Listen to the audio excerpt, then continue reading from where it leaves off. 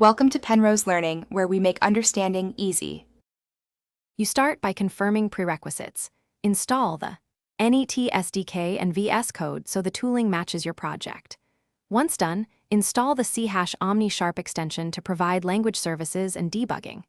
Make sure to open the project folder, not a single file, because workspace settings and launch configurations need a folder context. If you use global tools, restore them now. This ensures IntelliSense, MS build recognition, and template commands work correctly before you move to configuration. Now configure build and debug. Run .NET Restore and .NET Build so MS Build generates project assets. Then create vscode/launch, JSON and tasks. JSON, link the build task to the launch configuration so debugging starts after a successful build. Adjust OmniSharp settings if your repository uses a custom MS build or NET SDK version because the extension needs the correct runtime. Also set format and linting rules in settings. JSON, this keeps code style consistent and prevents false errors in IntelliSense. Finish by testing.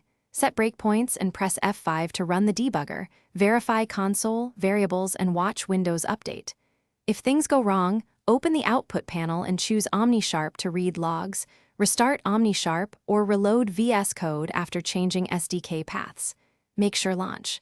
JSON points to the correct program and CWD.